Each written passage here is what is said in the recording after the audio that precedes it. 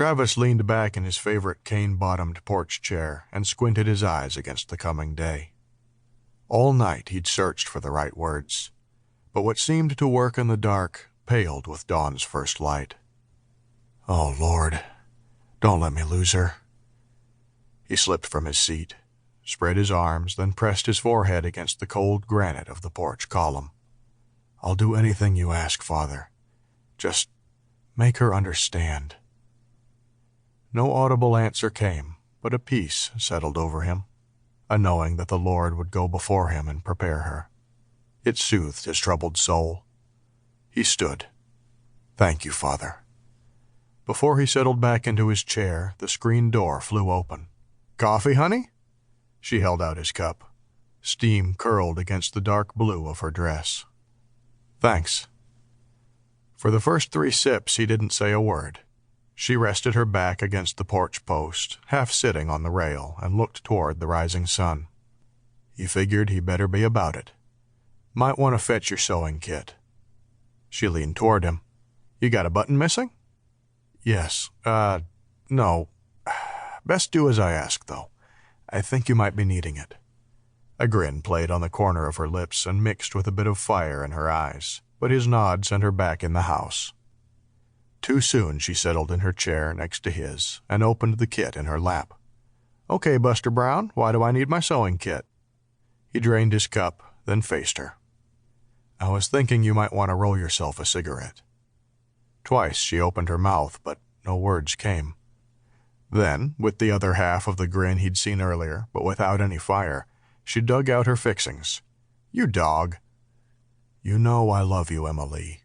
Have from the first time I laid eyes on you, even if you were only 14. She nodded, then pulled the rice paper across her tongue. "So you've said, and?" "Well, there was the 4 years I was waiting on you to grow up." A serious dread blanketed all her playfulness. "What's this about, Travis?" He wiped his mouth.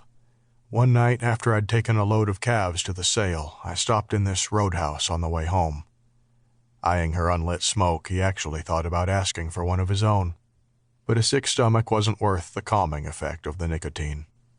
"Anyway, it was late, and this waitress and I got to talking, and—" "Hold it right there, mister," she waved her free hand. "If this was before we ever married, then why are you bringing it up now? To torture me? I didn't even know you then. Don't worry about it." Standing, she fished a match from the bottom of her kit and fired up the cigarette, inhaling deep, then letting the smoke out slowly. "I don't want to hear about some other woman. Don't say another word." Travis jumped to his feet. "Wish I didn't ever have to say anything about it, but I do." "No, you don't. Not to me, anyway. If you feel the need to get something off your chest, go talk to Nathaniel or someone, but keep me out of it." "Sit down, Em. I've got to tell you. Before I leave." "Leave? Where you going? How long you plan to be gone? Does this have something to do with that waitress? You going to see her or something?" "Please, baby love, sit down, would you?" He motioned toward her chair. She sat. "Okay, fine. Here I sit. Now where do you think you're going, and what do you plan to do once you get there?" "From that one time, Em, she got pregnant." "No!" "When I found out, I felt terrible." He bit his lip, then shook his head. "Of course, I offered to marry her, but she already had a husband. A trucker. Drove long haul." "Oh, Travis." "She kept telling me it would be fine. Said he and the baby would never know. Once Emily had been kicked in the stomach by a mule, but this was worse.